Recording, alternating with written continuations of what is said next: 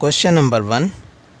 How did his uncle's keen observation help Gavaskar in retaining his identity?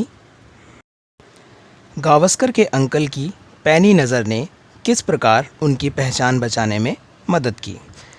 इसका answer है, On the first day, his uncle noted a hole in his ear, but the next day he saw the hole was missing.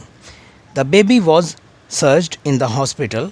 As a result, the baby was found with a fisherwoman, and with the help of his uncle's keen observation, Gavaskar retained his identity. Gavaskar के uncle ने पहले दिन जब गावस्कर को देखा तो पाया कि उनके कान में एक बारीक सा छेद था, और अगले दिन जब वो उससे मिलने गए तो वो छेद बच्चे के कान पर नहीं था। इस घटना के बाद बच्चे को पूरे अस्पताल में तलाशा गया और आखिरकार बच्चा एक फिशर वुमन यानी मछुआरे की पत्नी के पास मिला।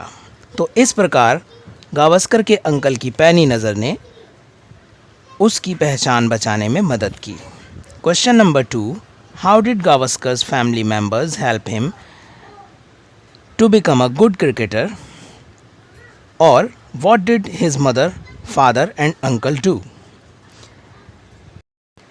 गावस्कर के परिवार के सदस्यों ने कैसे उसे एक अच्छा क्रिकेटर बनने में मदद की?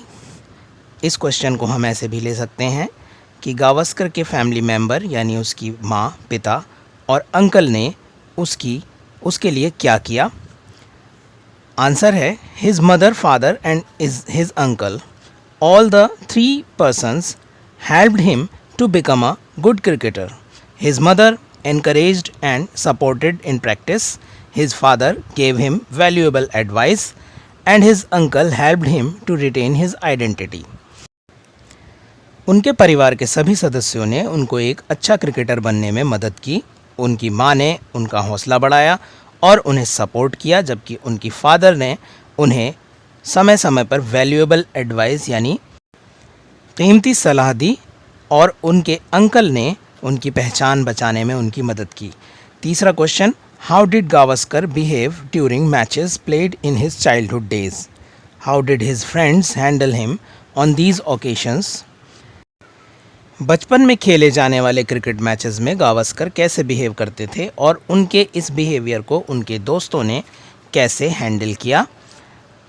Answer, in his childhood days when Gavaskar was declared out, he did not accept and stopped the game.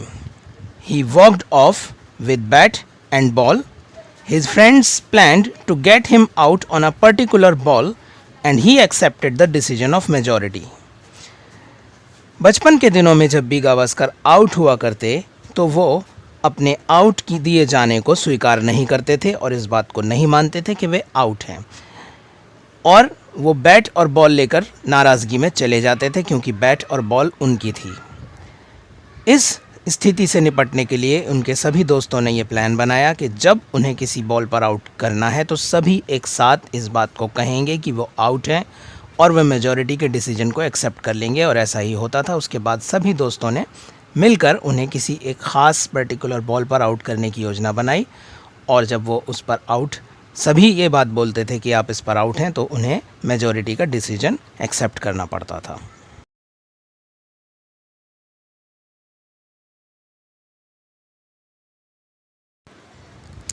Question number 1, what do you understand by the term care in the first line?